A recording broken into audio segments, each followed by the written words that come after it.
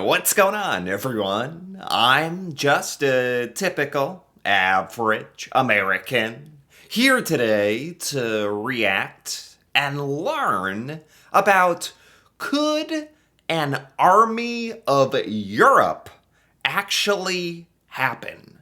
So today, I want to check out this video by TLDR News about something that I think most Americans are pretty confused about. This is a term that's been in the news recently, an army of Europe, which sounds pretty intimidating, to be honest, but I have to admit, I have no idea exactly what that would mean, but it's definitely something I want to know more about. So let's take a look at this video and see what we can learn. So let's start with some context, because the idea of a European army, or something to that effect, has a long history. Oh. It was first seriously considered in 1952, when the US pushed for West Germany to be rearmed so that it could join NATO. Huh. For obvious reasons, France weren't so keen on this, and so instead proposed creating a new European defence community via the Treaty of Paris. Oh, wow. So we're taking a little journey back in history. I had no idea this was a thing that had been considered before. I imagine each country in Europe has its own independent sovereign army and military and all that. And so this idea of a collective army of Europe is like, I've never heard of this before. Which would have combined the armies of all the members of the European coal and steel community: France, West Germany, Italy, Belgium, the Netherlands, and Luxembourg, under Wow. one supranational command, with the intention of forming a political union in the future. Okay, right, because it's like the question behind this whole idea is what would be the purpose of doing this? Would it be to increase cooperation between all the European countries to band together to more effectively combat some kind of threat? Because it's like you could just have every country have its own military and the military leaders all get together and work with each other. This is different than that. Is this somehow, I don't know, more organized, or there's got to be some benefits to this if this is actually being considered? The French Parliament, however, didn't like the idea of giving up national control of their army, Yeah. refused to ratify the treaty in August 1954, and West Germany ended up joining NATO. France tried to resurrect the idea again in the 1960s, Oh. when French President Charles de Gaulle, who really didn't like NATO or the US, tried to transform the European Economic Community into a security alliance of sorts. But he didn't get anywhere because the other members of the EEC decided they were happy with NATO. This has Okay. always been the main obstacle to an independent European security policy. And it's probably the main reason that French President Emmanuel Macron's efforts to get Europe to take security and, quote, strategic autonomy more seriously have largely failed. Why would you... Right. Well, I think he's about to get into this question, but it's like if you have NATO and the EU and all the a lot of European countries pretty much working together already, it's like why make some kind of separate independent legislature or treaty or whatever to create this army of Europe? And then who is in charge of the army of Europe? Is the point to make it all one big army with one commander? If that's the point, who's that one commander exactly? Are a lot of European countries like on board with this idea? You'd have to get everybody on the same page. There's got to be some benefits to. I've already said this. There's got to be something to this to make this happen, to make this a good idea. Maybe I'm missing something. Why would you create a new European security architecture when you already have NATO, which covers most of Europe and includes the world's biggest military in the US? Yeah. Nonetheless, pretty significant progress was made towards an independent EU security policy around the turn of the millennium, when French President... Well, I'm going to interrupt him again and say, now, I guess when he puts it that way, this whole collective organization and NATO and it all, it includes the United States. Is that is that what it is? Is that the nail that's sticking up here, that you're stubbing your toe on? That you want like this army of Europe. You don't want the United States to be a part of it because of recent events that are happening. Maybe is that what this is about? French President Jacques Chirac and British Prime Minister Tony Blair signed the St. Malo Declaration in the aftermath of the Yugoslav wars, which laid the groundwork for the development of the Common Security and Defence Policy, or CSDP. This was followed by a series of agreements setting out a framework for defence cooperation, which included allowing the EU to use NATO assets. The EU then embarked on its first peacekeeping mission in North Macedonia in 2003, and soon deployed European troops in multiple peacekeeping and civilian missions around the world under the CSDP. Although it's worth stressing that the CSDP is just a framework. In other words, it doesn't legally bind EU militaries to do anything, just provides a forum for them to discuss cooperation.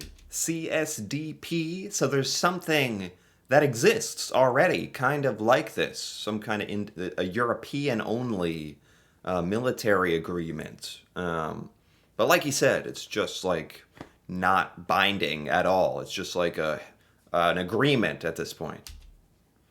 But progress towards a European army halted and then regressed in the mid-2000s for two reasons.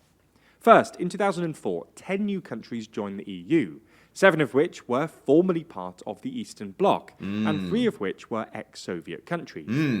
In part because these countries were mainly worried about Russia's neo-imperial ambitions and were generally pretty friendly with the US, they overwhelmingly preferred NATO to the idea of an EU army. Okay. Second, the Iraq War in 2003 divided France and the UK and laid bare some of the more fundamental strategic disagreements between the two. Okay.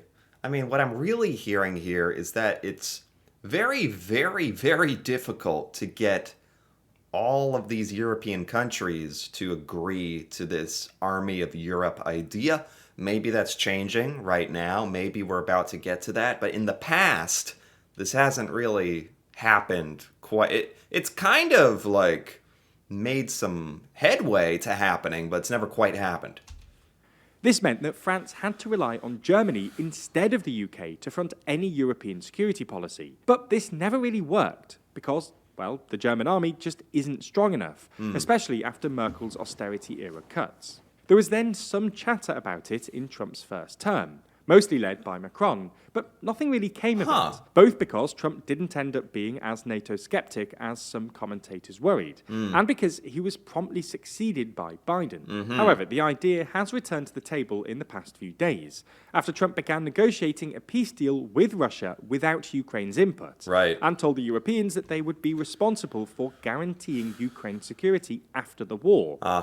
This would probably require tens, if not hundreds of thousands of European troops, which is why over the weekend, Ukrainian President Volodymyr Zelensky claimed that, quote, the time has come for an army of Europe. So, okay, this is the part I missed in the recent news. I heard this term, like Army of Europe. I'm like, what? They're doing what? No. I was scared. No, but I was fascinated. And learning some of the history now, it's starting to make more sense. And now getting more context in the current events, Zelensky is the one calling for this. And it's a response to Trump saying, well, you guys gotta, you're responsible for defending all of Ukraine once the war is over.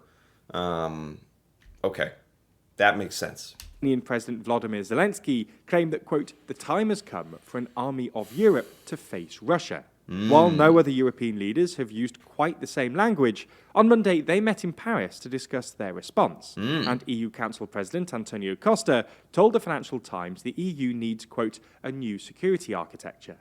So this is all, the Army of Europe is pretty much to combat Russia, if and when that becomes necessary. That's the idea here. And it's really being spearheaded by Ukraine right now. So, could some sort of European army actually happen?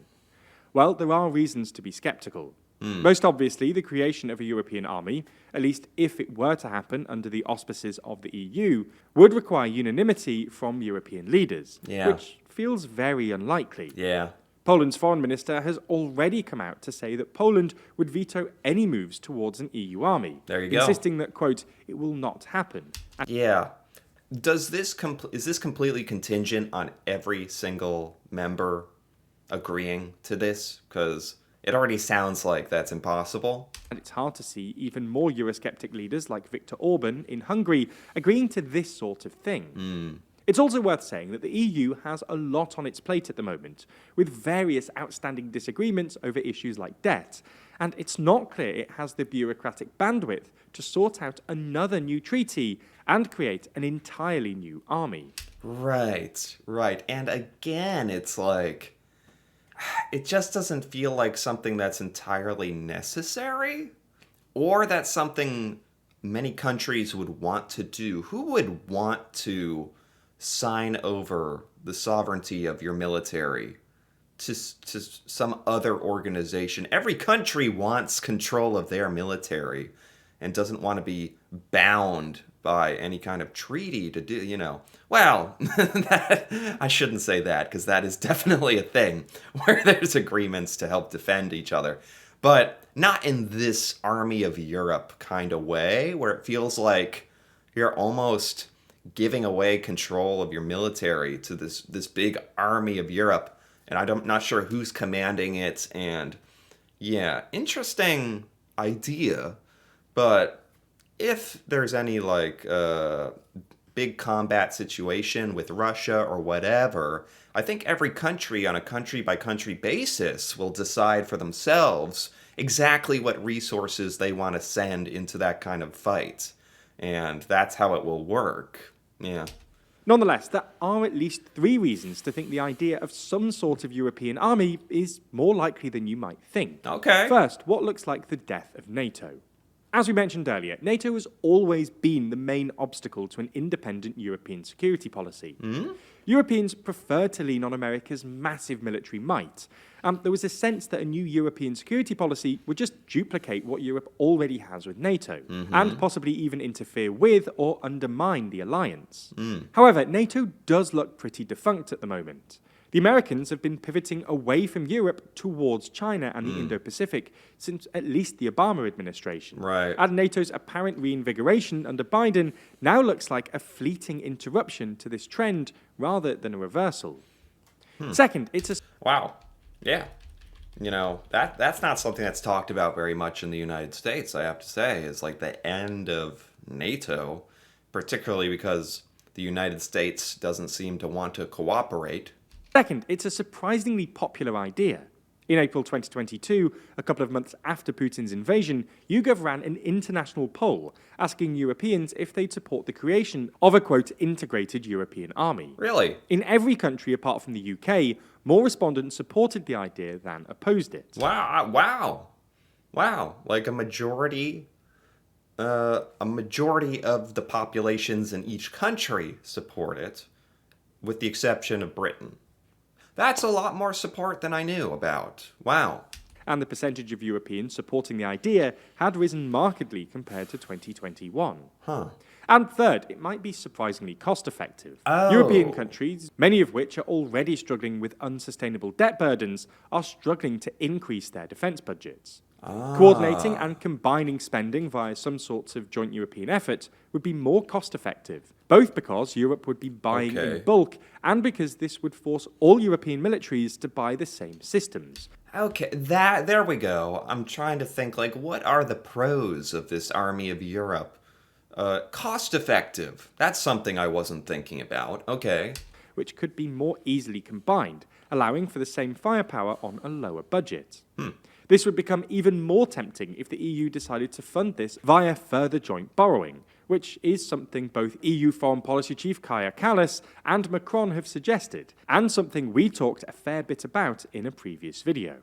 All in all, while a full-on European army does still feel unlikely in the near future, deeper cooperation between national militaries and on issues like procurement seems inevitable, Right. And who knows where it'll ultimately lead, Wow. especially following the fallout of this weekend's Munich Security Conference. But actually following along with news like this is pretty difficult in the current landscape. We're increasing. Okay, I think the rest is just a ad. But this was a great video, again, by TLDR News EU. Great news channel, and I have to say they do a great job at covering these types of topics in detail, where topics that we really don't hear about here in the United States. Like I said, I heard this phrase "Army of Europe," and then I was like, well, what's that about? What's that? And it's like, that was it. So I really felt like I had to go on YouTube and find something about this, and I'm so glad I did, because this makes so much more sense to me. This is a big deal. Although it's, I don't know, on one hand, this made it sound like it's not going to happen, and on another hand, it said, like, oh, it's more likely than you think. And it's clearly not something that the United States is really meant to be a part of for various reasons, and I get that. So it's really interesting as an American to kind of learn about this thing. So, wow. I really did enjoy this. I feel like I know something more about this than most Americans do. So that's always great. And so anyway, if you enjoyed this as well, feel free to give this video a like or leave a comment. If you're European, this affects you, so please feel free to give your opinion or clarification on what you think of this Army of Europe idea. If you think it's ever going to happen, never going to happen, the pros and cons, that'd be, how this would affect you as a European, that'd be really interesting to hear about. And if you're interested in more videos like this, feel free to subscribe for more. And until then, thanks for watching, and see you next time.